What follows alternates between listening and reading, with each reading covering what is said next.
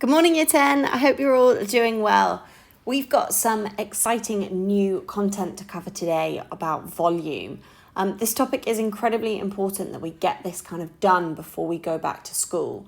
I'm putting it in now because of the fact I think it is relatively easy just to learn straight from the Hegarty videos. It is just a case of doing the formulas, and if you know the formulas, you'll be able to answer any question on them. But do let me know if there are any problems.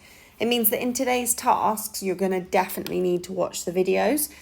So to allow you time to do that, I'm going to go through these 3 Connect Grid questions quite quickly for you now. So first of all, I want to go through that second KPI question. This is very similar to yesterday's KPI question, but I've just made it slightly more difficult because instead of asking for the largest interior angle, I've asked for the largest exterior angle. Now, in order to do that, you need to consider, well, in order for the exterior angle to be as big as possible, the interior angle is going to need to be as small as possible. So what you're going to need to find is actually what the smallest interior angle is, and then you're going to need to do 180, take away that smallest interior angle in order to work out the largest exterior angle.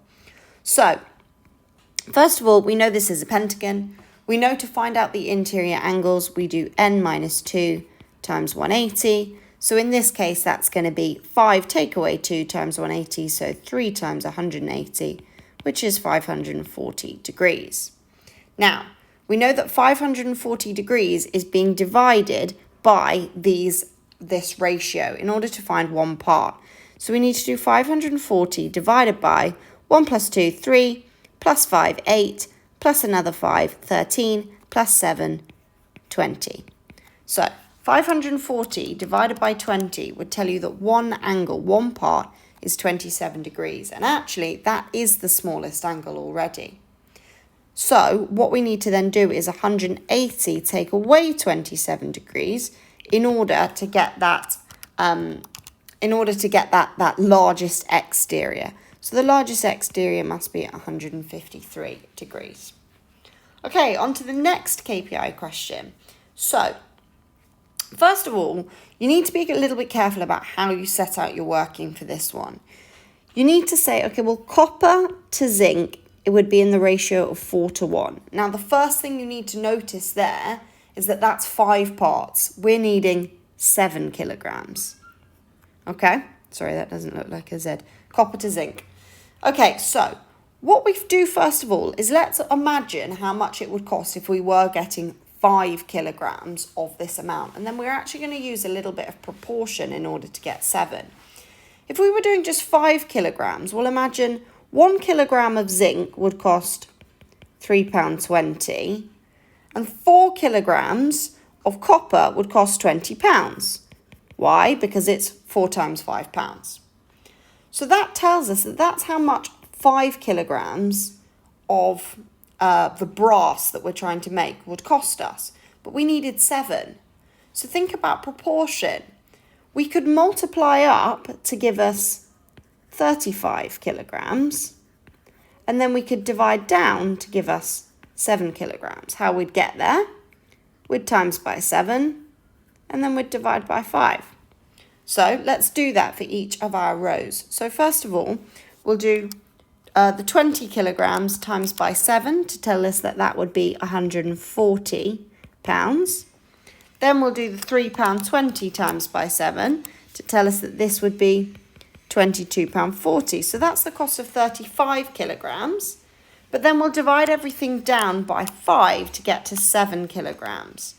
So on the left, this would cost us 28. 28. And on the right, £22.40 divided by 5. This would cost us £4.48.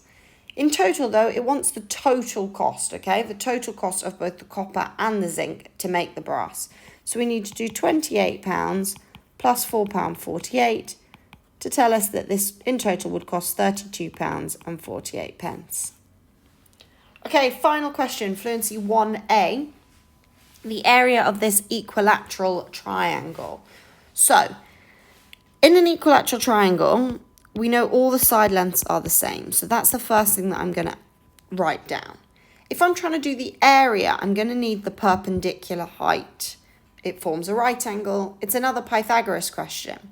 So I'm going to say, well, the base would be 5. So a squared plus b squared is always equal to c squared. I know that my base, I'm going to say that's 5 squared. Plus, I'm going to call it h because I don't know what the height is. The height squared is equal to 10 squared. So 25 plus h squared is 100. So h squared must be 75. So h must be root 75. And I'll just leave it as that for now because I'm going to use my calculator in a minute anyway. Then to do my total area, I'm doing base times height divided by 2. My base is 10. My height is root 25. I divide that by 2. I can stick that in my calculator. 10 times root 75. 10 times root 75 divided by 2, and my answer is 25 root 3. If it wanted it to 2 decimal places, I could then say that was 43.30 to 2 dp. Okay, Year 10, that's it for your Connect Grid for today. Good luck with today's work on cones and frustrums.